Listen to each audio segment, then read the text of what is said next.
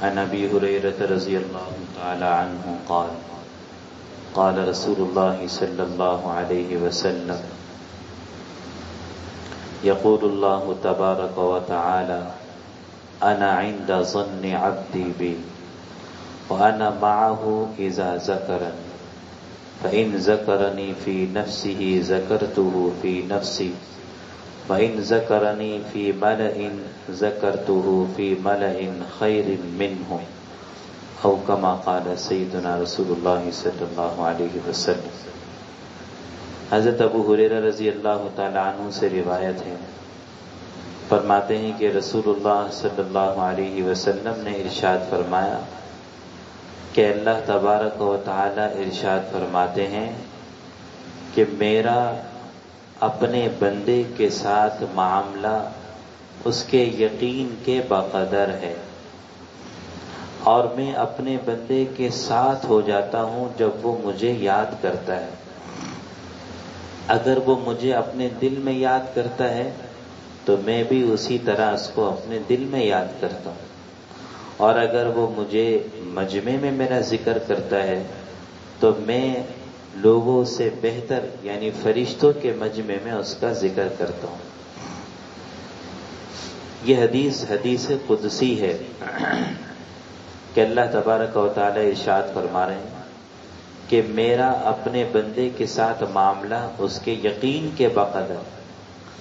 بندے کا جیسا اپنے رب کے ساتھ معاملہ ہوگا، جیسا اپنے رب کے ساتھ یقین ہوگا، رب کا بھی اپنے بندے کے ساتھ بعینہ ویسا ہی معاملہ ہوگا۔ اس لیے حدیث میں آتا ہے کہ جب بندہ دعا کرے نا اپنے رب سے تو پورے یقین کے ساتھ مانگے کہ میرے اللہ میری دعا ضرور قبول کریں گے۔ جو لوگ یہ شکوے شکایت کرتے ہیں نا کہ جی ہم تو مانگ رہے ہیں قبول ہی نہیں ہوتی دعا، پھر ان کے ساتھ معاملہ بھی ویسا ہی ہوتا ہے، کیونکہ دعا کی قبولیت ظاہر مختلف صورتوں میں ہوتی ہے۔ ضروری نہیں ہے کہ میں نے جو مانگا وہ مجھے فوراً ویسا ہی مل جائے، ایسا ضروری نہیں ہے۔ اب بندہ اپنے رب کے ساتھ یقین نہیں کرتا تو پھر بندے کے ساتھ بھی رب کا معاملہ ویسا ہی ہوتا ہے۔ اسی لیے خاص طور پر جب بڑھاپا آ جائے تو کہتے ہیں بڑھاپے میں بندے کو اپنے رب کے ساتھ خوب یہ یقین رکھنا چاہیے کہ میرا رب مجھ پر بہت رحیم اور کریم ہے، کیونکہ جب موت کا وقت آتا ہے نا شیطان کا پورا زور لگتا ہے اس بات پر کہ یہ بندہ اپنے رب سے بدگمان ہو جائے،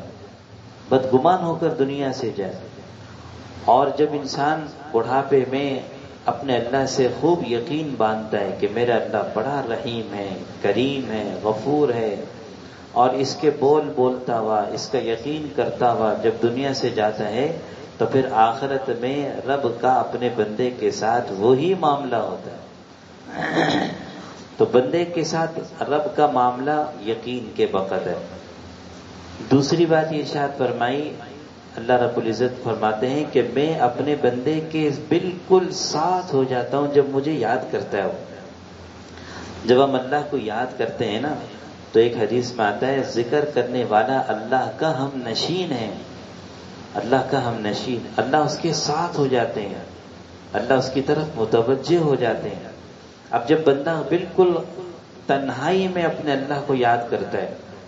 کہ کسی کو پتہ نہیں چل رہا ہوتا کہ اس کے دل میں اللہ سے کیا باتیں چل رہی ہیں، جب اندر اندر بندے کی اپنے رب سے باتیں چل رہی ہوتی نا، یہ ایسا چھپا ہوا تعلق ہوتا ہے کہ اس میں اندر ہی اندر وہ رب سے معاملات میں تعلق میں ترقی کرتا چلا جاتا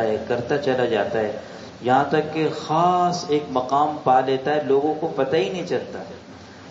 ایسے بھی ہمارے ہی درمیان ایسے لوگ موجود ہوں گے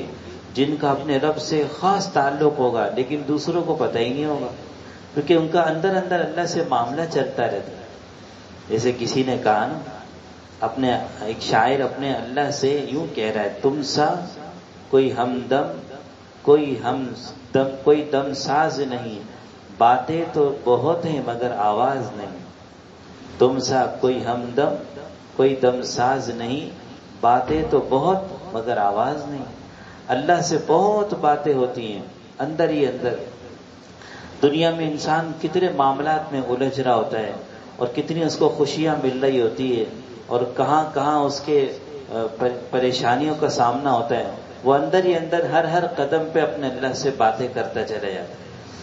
اور دوسری بات یہ فرمائے کہ جب میرا بندہ میرا ذکر مجمع میں کرتا ہے، مثلا لوگوں کو اللہ کی طرف بلا رہا ہے، دعوت دے رہا ہے، اسی طریقے سے بیان کر رہا ہے، واعظ و ارشاد کر رہا ہے، تو جب میرا ذکر وہ مجمع میں کرتا ہے